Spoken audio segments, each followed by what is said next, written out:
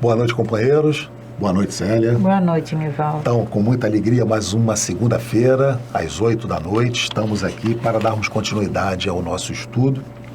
Esse estudo que para nós é impactante, né? É emocionante, é determinante, é transformador. Esse estudo do Livro dos Espíritos, que é sempre, falamos, é o primeiro livro que Allan Kardec trouxe para nós. Ele faz algumas 1019 perguntas aos espíritos e eles respondem para nós. Nós poderíamos simplesmente, né, Célia, ler a pergunta e a resposta, mas evidentemente que o importante é a gente analisar, a gente aprofundar um pouco sobre cada pergunta e cada resposta para que a gente possa interiorizar, né, fazer com que passe realmente a fazer parte das nossas vidas, das nossas decisões, esse conhecimento.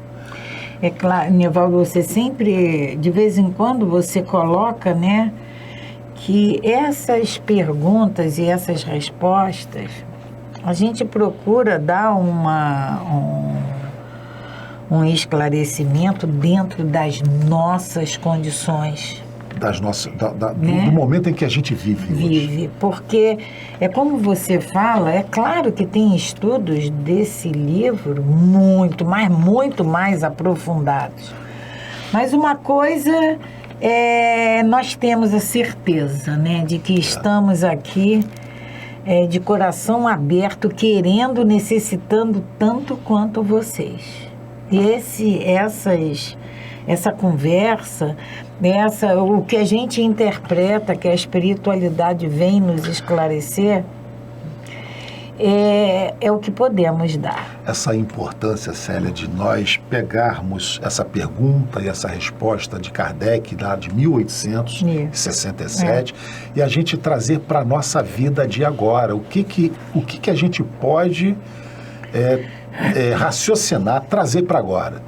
Como nós estamos falando nesses assuntos, né, da influenciação dos espíritos na guerra, como eles nos influenciam nas nossas decisões de hoje. Porque essa é a grande importância. Nesse capítulo que nós começamos no programa passado, quando fala em combates, a gente traz para as nossas vidas quantos combates não armados nós travamos. Nós travamos combate, né? No trânsito, com os amigos, com os colegas de trabalho, com os nossos vizinhos, com as opiniões, com os profissionais de nossa área, que muitas das vezes nós travamos uma rivalidade. Aqui dentro da casa espírita. Dentro da casa espírita, né? Olha, exatamente, bem lembrado, né, Célia? Então, isso tudo são ensinamentos que a gente pode refletir e trazer para nós agora, né? Marcélia, vamos fazer a nossa prece para que a gente, então, dê continuidade ao nosso estudo, né? Vamos agradecer a Deus, vamos agradecer a Jesus, a Maria Santíssima, aos espíritos amigos, esses que estão mais próximos de nós, para que eles possam estar sempre nos influenciando no bem e que a gente possa definitivamente perceber que temos uma missão a cumprir, temos uma determinação a ser feita aqui na Terra, fruto de um planejamento reencarnatório, e que a gente possa ter a certeza que tudo que estamos passando, tudo que já passamos, ou que passaremos ainda em nossas vidas, são aprendizados, são situações que nos trarão entendimentos, nos fortalecerão, para que, após essa vida, na nossa vida real, a gente tenha cumprido exatamente o que nos propomos fazer aqui.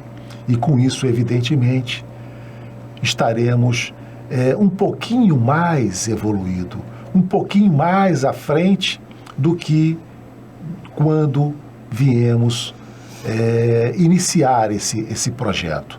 É como se nós estivéssemos aqui fazendo esse reforço, esse curso, para que a gente possa aprender um pouquinho mais sobre a nossa vida futura.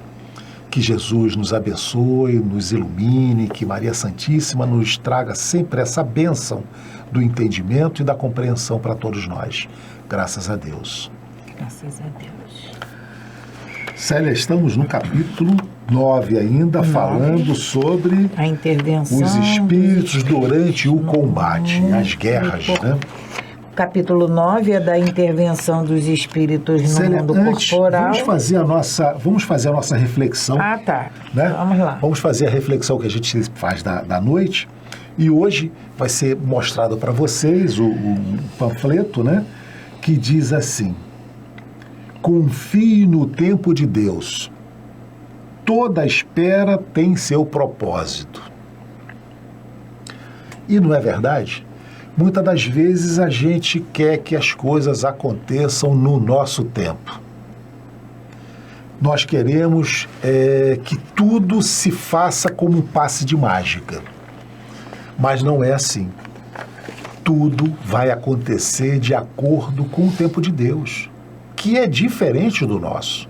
E que a gente ainda não tem essa compreensão para entendermos e aceitarmos muitas das vezes.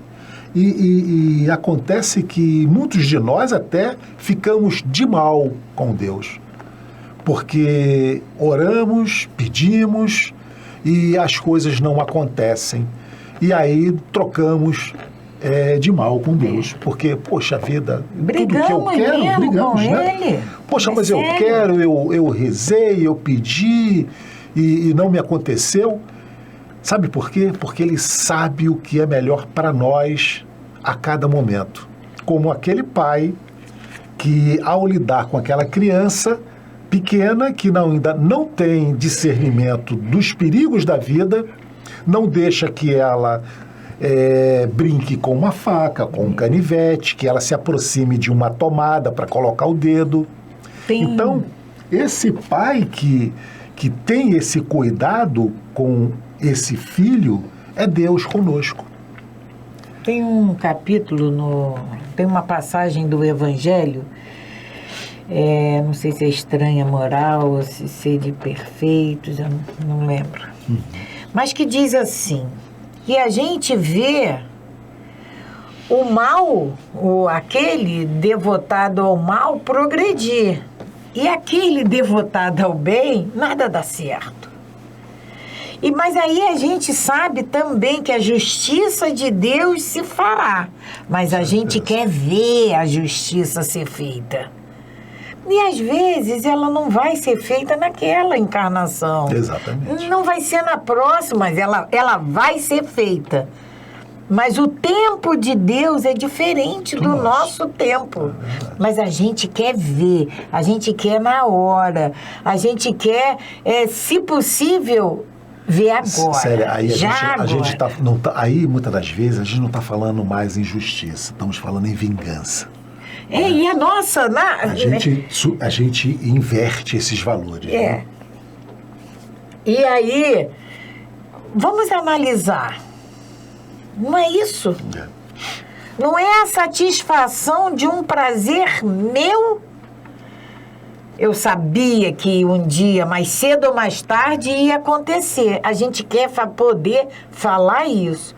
Mas a gente precisa confiar nesse muitas das tempo. vezes, quando demora, né, a se concretizar essa justiça que para nós é uma vingança, a gente diz ainda que a vingança ou a justiça é uma sopa que se toma fria, alguma coisa assim, né? Pelas beiradas, um negócio assim, né? Então, que a gente não confunda esse tempo necessário para o nosso aprendizado com o nosso tempo interno em recebermos o que a gente acha que é justo para nós. Porque esse tempo de Deus...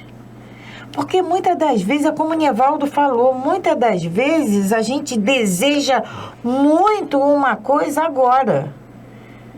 Mas se aquilo, nosso Pai sabe que se aquilo acontecer agora, não vai ser bom. Então Ele não permite que aquilo nos chegue agora ou não permite que aquilo nos chegue. Não chegue nunca. Porque a gente precisa, ou a gente crê ou a gente não crê, ou o discurso de que ele é bom, de que ele é justo, de que ele nos ama igualmente, ou é verdadeiro ou não é. Perfeitamente. Agora, acreditando ou não, entendendo ou não, a gente vai ter que confiar no tempo dele, porque ele não vai mudar o tempo. Ele não vai mudar porque... Pela nossa descrença. Pela nossa descrença, né? Não vai. É. Até nisso, a gente foi dito em estudos anteriores, até nisso a gente é limitado, a gente é imperfeito.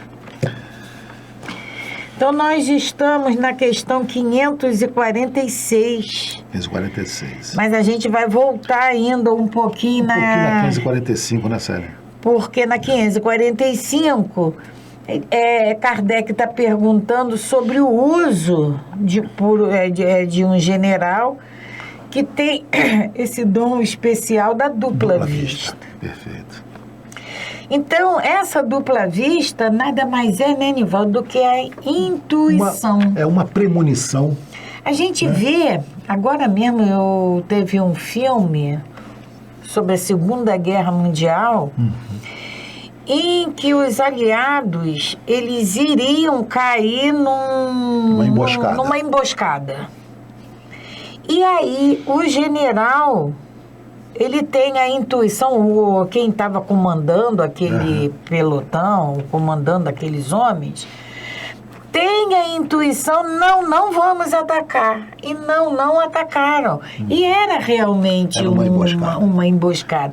Então, isso acontece? Exatamente aqui, Acontece. E como acontece com a gente em outras situações da nossa vida, do nosso dia a dia. Essa intuição... É o que eles chamam de inspiração. Isso. Né, que faz com que você tenha essa premonição de dizer, não vou, porque isso não vai dar bem, isso não vai dar certo. Né? Aí nós vamos para 546. No tumulto dos combates... que se passa com os espíritos, no tumulto dos combates, que se passa com os espíritos dos que sucumbem, daqueles que caem em combate. Os que morrem no combate, né? Continuam, após a morte, a interessar-se pela batalha. Então, aí, ele tá naquela batalha e Célia, temos que voltar, né? Porque nessa época aqui as batalhas, as guerras ainda eram travadas no chão. Hoje a gente tem aí as bombas, né? Os ataques aéreos, mas ainda há a invasão terrestre, né? Mas nessa época era só assim. Você tinha ali o combate terrestre, a tomada do território, o avanço de uma tropa pela outra. Então, naquela hora do combate, aquele homem que perecesse, que morresse, o que acontecia com o espírito? Ele ia continuar ali, né, brigando? É isso que Kardec está perguntando aos espíritos, né? E eles nos respondem, alguns continuam a interessar-se, outros se afastam. Então, alguns continuam naquela luta, mesmo em espírito. Aí a gente vai lembrar da irmã Sheila. Sim. Que ela desencarnou numa batalha e aí ela continuou o trabalho dela de enfermeira. De auxílio àqueles desencarnados. Ela continuou esse trabalho. Então, tem duas vertentes, né? Então, como eles respondem aqui, né, Célia? Uns vão continuar, ela no caso da irmã Sheila, né, ela estava fazendo já um trabalho com mérito, né, porque ela estava trabalhando no hospital de campanha, e ela desencarna e ela continua trabalhando no plano espiritual, recebendo aqueles espíritos que estavam chegando acidentados. Mas acontece que alguns aqui, né, Célia, eles dizem, alguns se interessam por ele e outros se afastam, porque aqueles que tomam conhecimento imediato, né, do que está acontecendo, aquela guerra que nada tem a ver com ele, se afastam. O que eu estou fazendo aqui? Acabou. Já perdi a vida, vou embora. Mas há aqueles que estão ainda muito materializados, presos àquela matéria, aguerridos naquela situação, e vão continuar como se estivessem ainda ali defendendo a sua corporação, né? E Kardec nos dá uma nota. Dá-se nos combates o que ocorre em todos os casos de morte violenta. No primeiro momento, o espírito fica surpreendido e como que atordoado. Julga não estar morto. Parece-lhe que ainda toma parte na ação. Só pouco a pouco a realidade lhe surge. Aí essa nota vem esclarecer aqueles que alguns continuam a interessar-se. Porque ele não se acha morto. Não se acha morto, exatamente. Ele se acha ali, no campo de batalha. Ele se acha ainda lutando. Só depois, quando passar esse momento, né, de surpresa, esse atordoamento, quando ele pouco a pouco for tomando pé da situação em que ele se encontra. Esse atordoamento, né, Célia, isso pode demorar horas, dias, semanas, a batalha inteira, meses, mesmo depois que a guerra terminou, e depende, e né, aí ele faz essa comparação da guerra com mortes violentas, né? E nós vamos trazendo sempre para a nossa vida atual. Então, há essa possibilidade do espírito ainda não se reconhecer morto. 547. Os espíritos que se combatiam enquanto vivos, uma vez estando mortos, reconhecem-se como inimigos e se conservam encarniçados um contra o outro. Então, gente, vamos lembrar na questão anterior, né? Para a gente ter uma ideia dessa daqui. Do que pode acontecer, vai depender desse atordoamento, desse espírito, desse estado de surpresa. Até no grau evolutivo, né, Célia? Evidentemente também.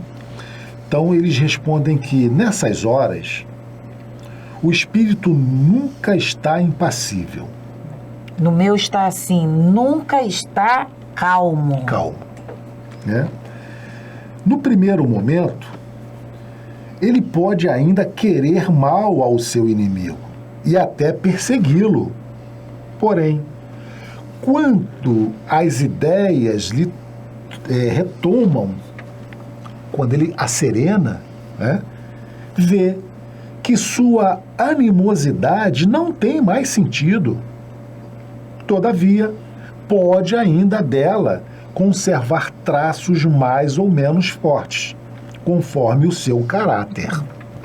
Esse caráter aqui moral. Então, numa guerra em que muitas das vezes o soldado, né, que está ali na frente da batalha, ele não tem muitas das vezes noção do que está acontecendo. Ele foi enviado ali para combater, para guerrear. E por que está combatendo muitas das vezes nem sabe. Não sabe.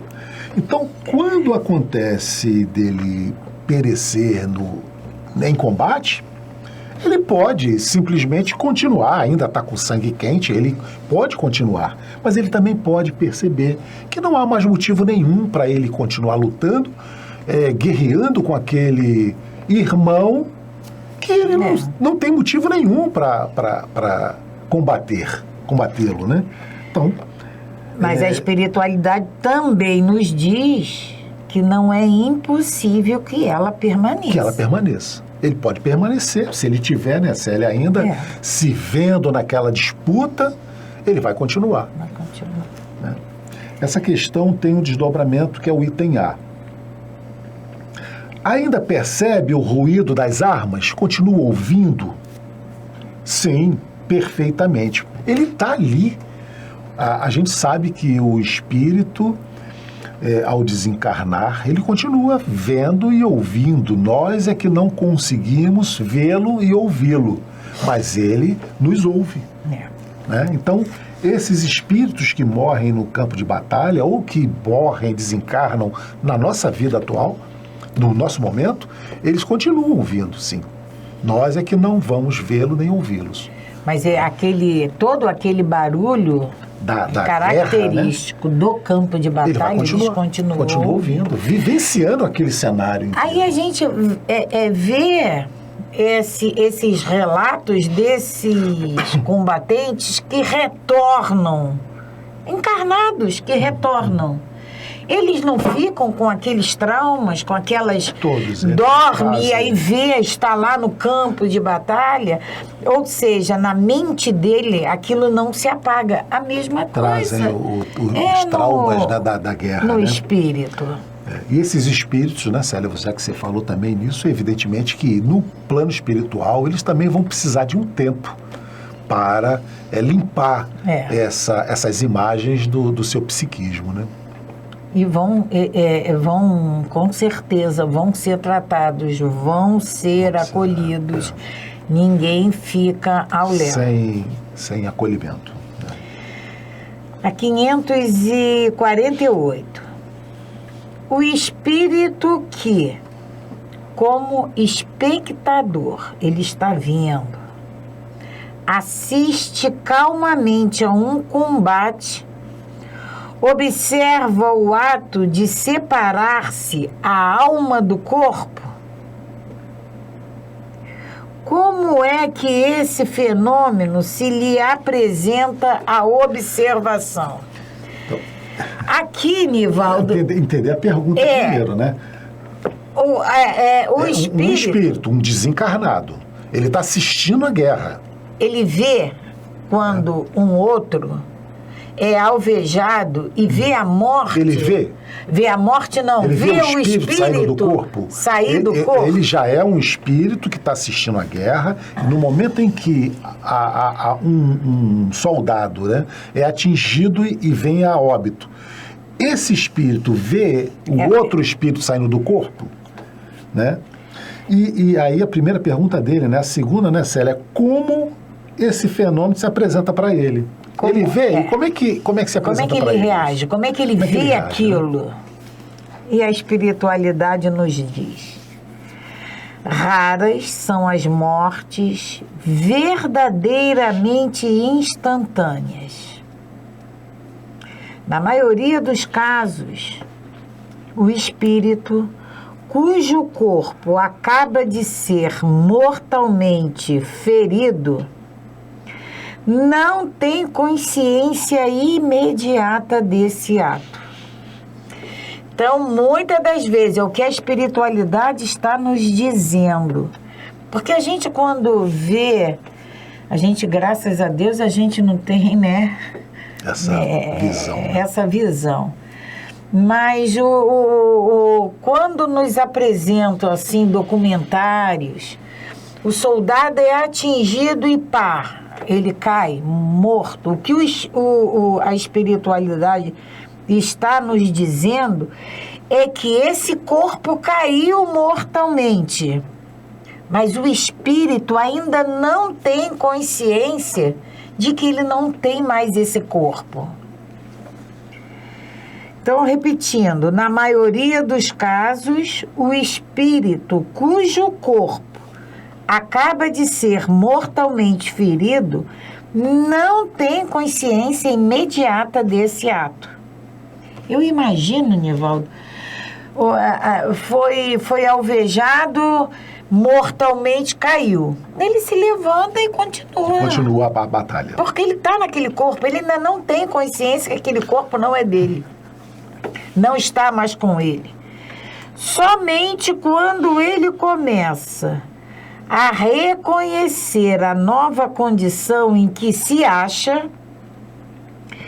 é que os assistentes podem distingui-lo a mover-se ao lado dos cadáveres.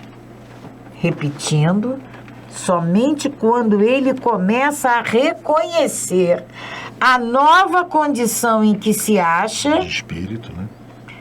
de espírito já desencarnado, que aquele corpo está lá caído e ele continua aqui de pé, é que os assistentes, porque a gente sabe que ninguém fica desassistido, que os assistentes Socorrê-lo, né? podem distingui-lo a mover-se ao lado do cadáver. Parece isto tão natural que nenhum efeito desagradável lhe causa a vista do corpo morto. Ele ainda está envolvido naquele afã da batalha. Ele ainda está envolvido naquele frenesi. Tendo-se a vida toda concentrado no espírito, só ele prende a atenção dos outros. É com ele que esses conversam, ou a ele é que fazem determinações. Até porque a gente vai lembrar de alguns filmes que espíritas que passam, quando acontece esse caso do espírito não estar mais no corpo, nesse corpo físico, ele fala e o outro não responde. Não responde mais. Mas por que não está me respondendo? Há um filme, né, Célia, que nós já citamos aqui algumas vezes, que pode retratar, exemplificar um pouco melhor para nós, aquele filme, o Ghost. Ghost. No momento em que ele é alvejado, né, com um tiro, e ele cai, evidentemente, mas aí a cena mostra ele correndo atrás da pessoa que alvejou ele. E a gente, no filme, a gente imagina que foi ele que correu atrás, mas depois ele volta e ele se olha e vê o corpo dele caído no chão. É um bem real que pode acontecer, o que acontece em algumas situações quando a gente morre, desencarna, né? A gente continua se vendo, mas o nosso corpo está ali prostrado.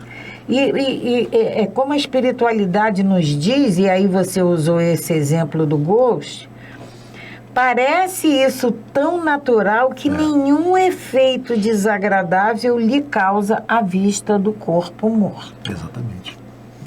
Então ele... Então essa... se vê, né? O soldado, o combatente, foi alvejado e o corpo cai mortalmente, muitas das vezes, como raras são as mortes instantâneas, o corpo ainda está preso, o espírito ainda está preso àquele corpo. Perfeitamente. Né? E agora a gente vem um assunto bem interessante, bem. Então, essa situação os espíritos durante os combates, né? E agora a gente vai falar em pactos. Pactos, né, Célia? A gente... Então, os próximos assuntos nós vamos falar de pactos, vamos falar do poder oculto de talimãs e feiticeiros, e vamos falar ainda em bênçãos e maldições. São 3 tópicos aí para a gente... a grande maioria de nós, né, tivemos a nossa iniciação religiosa no catolicismo. Catolicismo, E muitos de nós já escutou falar em pacto. Fez pacto. Normalmente o pacto, né, Célia, é sempre um pacto com o mal, né? Com o mal, Porque quem dera se nós fizéssemos pacto com Deus, né? Mas quem dera. Quando falamos em pacto, né? Aquele pacto para conseguir alguma coisa ilegal. A gente quer ajuda para conseguir alguma coisa que a gente sozinho não pode. Trazendo essa palavra, né, Célia, agora... o pacto naqueles filmes, né, de gangster, né? Você tinha lá os pactos também, né? Fazia pacto com o mal, lá com o outro, né? Então, vamos falar sobre pacto aqui 549. no Livro dos Espíritos, né? Então, a questão 549, Allan Kardec pergunta: haverá algo de verdadeiro nos pactos com os maus espíritos? Será que é verdadeiro? A gente pode fazer pacto com os maus espíritos? Porque com os bons seria bom demais, né, Sara? Seria bom demais. Fazer um pacto de bondade, né? Ótimo. Mas será que existe, é verdadeiro isso? Há algo de verdadeiro? E eles vão nos responder: não.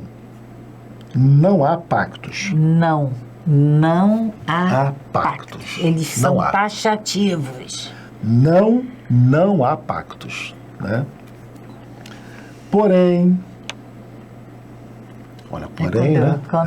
Quando eles falam assim, porém, todavia, contudo... Uma natureza má que simpatiza com maus espíritos, né? Não há pactos. Porém, uma natureza má que se simpatiza com maus espíritos. Vamos parar, vamos... Isso aqui já dá para a gente falar um pouquinho sobre isso, né? Não há pactos, mas você pode simpatizar com o mau espírito. A gente se une por afinidade. Perfeitamente. Nós estamos aqui rodeados por eles. Se eu alimento no meu ser um espírito de vingança, você vai se de aliar, ódio, você vai fazer um pacto com quem? Quem vai chegar, quem vai se aproximar de mim, quem vai falar comigo? Com quem você vai se simpatizar, não é? Então, isso é óbvio, é pacto isso? Não, eu atraí. Há uma natureza que simpatiza com maus espíritos. Você simpatizou, você entrou naquela vibração, entrou na frequência dos maus espíritos. Só. Você não Olha fez o exemplo que ele vai usar. Aí ele vem, por exemplo, queres atormentar o teu vizinho e não sabe como fazê-lo. Então, a vontade, o pensamento de atormentar o vizinho, ele existe, mas eu não sei como fazer. Não sei como fazer. Então, chamas por espíritos inferiores, que como tu, olha, se você entrou na vibração desse espírito inferior, você é um deles, como tu, só queres o mal. E para te ajudar, querem que tu os sirva em seus maus desígnios. Porém, daí não se segue que teu vizinho não possa deles se livrar, por meio de uma conjuração contrária e por sua vontade. Olha só, a espiritualidade está nos dizendo que por afinidade, por evocação de um mau espírito que eu venha a fazer para prejudicar alguém, eu não seja atendida, eu vou ser atendida naquilo. Mas esse alguém, ele pode se prevenir daquele, ele pode se blindar daquilo. Nós falamos nos nossos anjos guardiões. Ele tem o dele. O meu vizinho também tem um anjo guardião. Tem o anjo guardião dele. Então, eu posso estar numa vibração com esses espíritos, mas ele também está com outros espíritos vibrando lá no bem. E ele pode anular. Pode.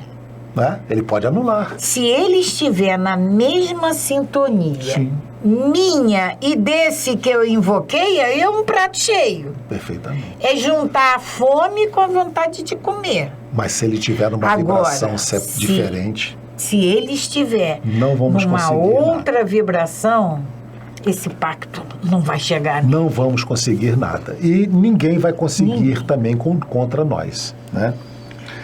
Então ele continua. Aquele que quer cometer uma situação má, chama, por isso mesmo, em seu auxílio, maus espíritos. Né? Se eu quero cometer uma situação má, eu não vou chamar os bons espíritos, eu vou chamar os maus. É então obrigado a servi-los, como estes também o fazem com relação a ele. Você traça aí uma ação de sintonia, de troca de interesses, né? É então obrigado a servi-lo como estes também o fazem com relação a ele, pois também precisam dele para o mal que querem fazer. O pacto consiste apenas nisso, nessa sintonia, nessa troca de interesse entre eu, que estou chamando esses maus espíritos para combater o meu vizinho, e esses espíritos que também vêm nos servir. Essa vibração, essas mesmas vibrações que nós vamos ter. Então, o que eles dizem é que o pacto consiste exatamente nisso. Aí, Nivaldo, mas, efetivamente, como no início eles nos dizem, não há pactos. aí nós vamos lembrar de uma questão lá em estudos mais lá para trás, em que a espiritualidade ela nos previne sobre essa blindagem que a gente pode fazer. Pode fazer como? Com a oração. Prece. Com a prece. Quando ele diz aqui, chamam em seu auxílio maus espíritos, os quais ficam então obrigados a servir. Por que fica obrigado, esse encarnado fica obrigado a servir? Porque ele também precisam, porque também precisam esses espíritos para o mal que queiram fazer. Então, nessa questão anterior de alguns estudos passados, Kardec pergunta assim, como os maus espíritos se comprazem em nos fazer mal? É porque eles sentem inveja da felicidade que eles não usufruem. Então, eles querem, eu estou assim, então traz também para engrossar essa fileira deles. Então, se eu quero fazer mal a alguém, e eu me afinizo com um outro espírito, eu vou ter sempre esse espírito ao meu lado, porque eu vou sempre querer fazer mal e ele vai ficar me intuindo para que eu faça mal, porque ele precisa que eu faça. Assim como eu preciso que ele também me ajude. Então, Célia, essa simpatia que possa existir entre o que eu quero e esses espíritos que vibram na mesma frequência de mim, que a gente vai chamar... a gente dá um nome de pacto. Mas ele não existe. Allan Kardec ainda faz uma nota para nós nessa questão, que ele vai dizer assim: a dependência em que o homem se encontra, algumas vezes em relação aos espíritos inferiores, provém de sua entrega aos maus pensamentos que estes lhes sugerem, e não de quaisquer estipulações existentes entre eles. O pacto, no sentido vulgar atribuído a esta palavra, é uma alegoria representando uma natureza má que simpatiza com os espíritos malfazejos. Então, o que o espiritismo chama de afinidade, chama de atração de energias, de vontade de se aliar uns aos outros, é o que nós, muitas das vezes, chamamos pacto. Por que pacto? O que é pacto? Eu faço e ele recebe também de mim. Porque, há uma troca, né? Porque eu desencarno com o hábito da bebida, com o vício da bebida. Eu vou chegar ao mundo espiritual com esse vício. Eu não vou me livrar dele porque eu desencarnei. Eu continuo com ele. E eu vou me juntar a quem? A quem tem o evangelho na mão ou a quem está com o copo na mão? Perfeitamente. Né? Isso é um pacto? Não, é um alimento de vício. Então eu preciso me servir do álcool. Assim como esse precisa se servir da maldade, de perturbar. É uma troca, né, Célia? É uma troca. É uma troca. A 550.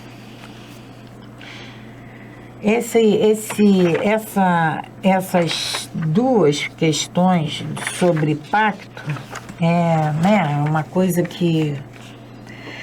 Porque ainda a gente ainda é muito materializado, a gente ainda é muito imperfeito e isso mexe com a gente. Mas a 550, qual o sentido das lendas fantásticas em que figuram indivíduos que tenham vendido suas almas a Satanás para obterem certos favores? A gente ouviu muito isso até hoje. Tem filmes macabros que a gente vender a alma ao diabo. Para conseguir coisas materiais. E aí, normalmente sempre coisas materiais. Por que a gente não vende nossa alma a Deus? Por que eu não vendo minha alma, meu anjo guardião? Meu anjo guardião, não. Vamos fazer um pacto com Deus. Eu faço um pacto com meu anjo guardião. Nunca mais errar. Nunca mais errar. Não posso fazer esse pacto com ele. Mas por que eu tenho que fazer vender minha alma a Satanás? Se a gente for parar para pensar lá atrás... A gente já tem que voltar, né? Que essa figura do Satanás, a gente já falou isso aqui várias vezes, não existe. Não existe. O que existe são espíritos que desencarnaram, que ainda não entenderam o verdadeiro propósito da vida. E até porque, Nivaldo, vamos pensar uma coisa. A minha alma é minha?